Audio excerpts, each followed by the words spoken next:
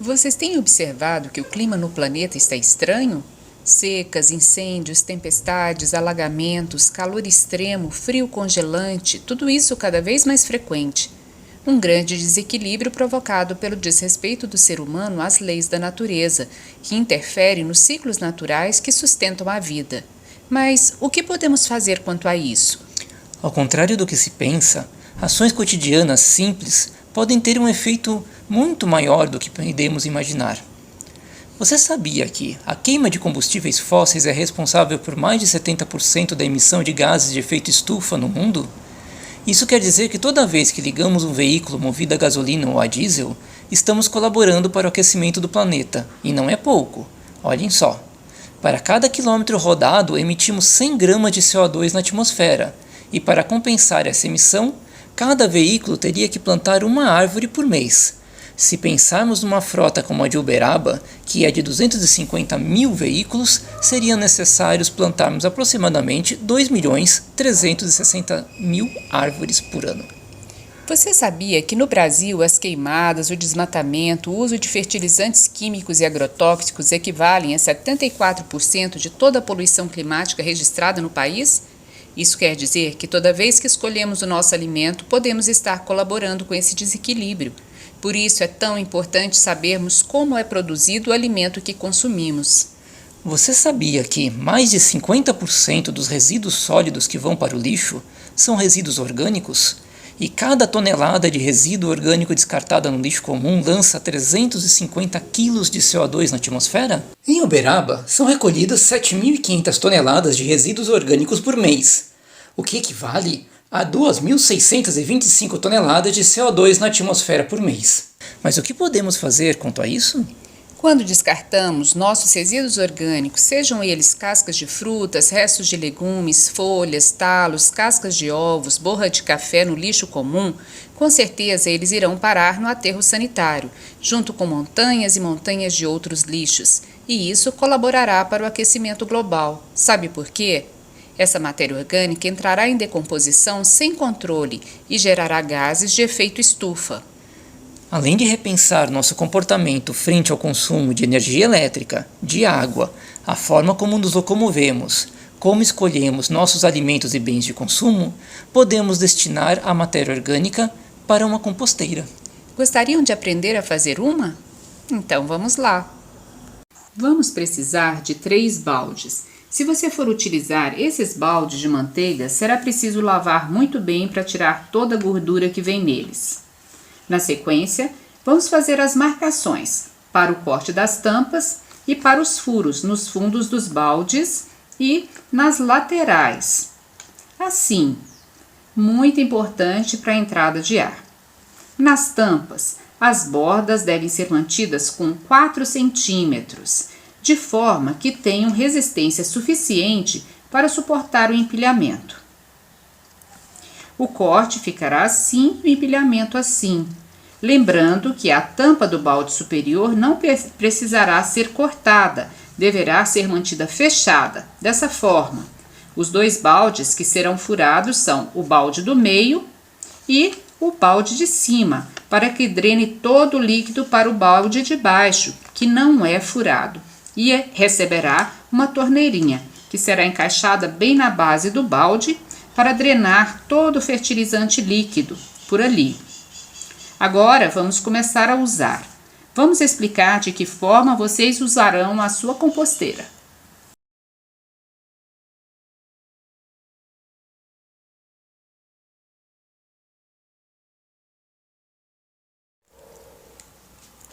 Vamos começar separando e picando toda a nossa matéria orgânica.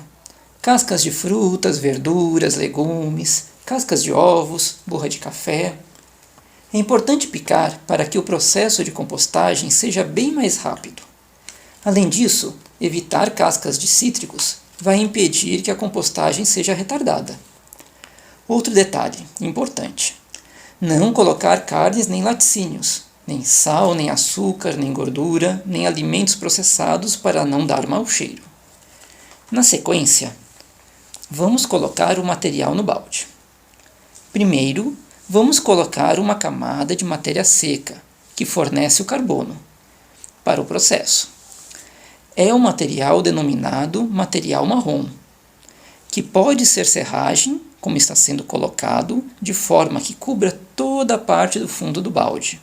Ou também, caso você não tenha serragem, pode ser usado folhas secas trituradas, essas do seu quintal mesmo, mas é importante que estejam secas, para que você consiga amassá-las e para que elas cumpram a função de absorver o excesso de umidade do balde.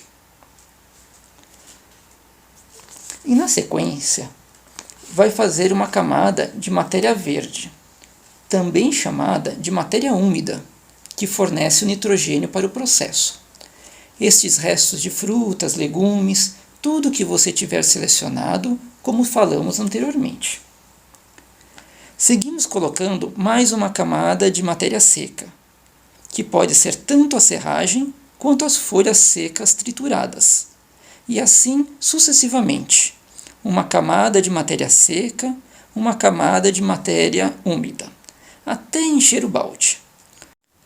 Um detalhe importante é não encher até a borda, já que todo esse material precisará ser revirado de 15 em 15 dias. Quando esse balde já estiver cheio, você vai adicionar mais um balde para continuar enchendo. Consideramos que 3 baldes sejam suficientes para uma boa composteira. Então, aí você vai trocar as tampas, colocando essa que tem furo no meio e adicionar mais um balde, esse balde que é todo furadinho no fundo. Então, teremos a nossa composteira de 3 baldes com a tampa fechada por cima.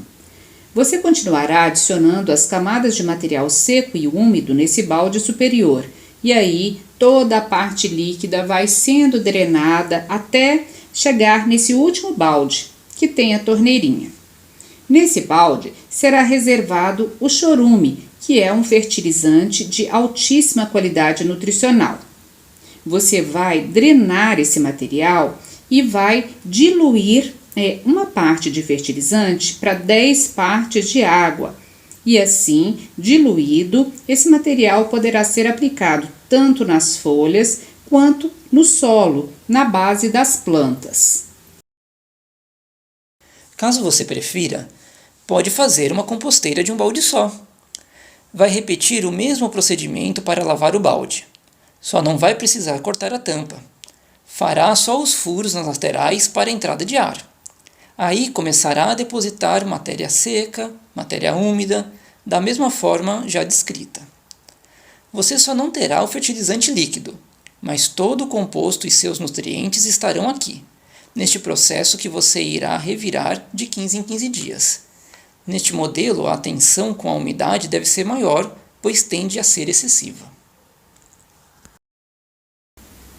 De 15 em 15 dias, você precisará revolver o material.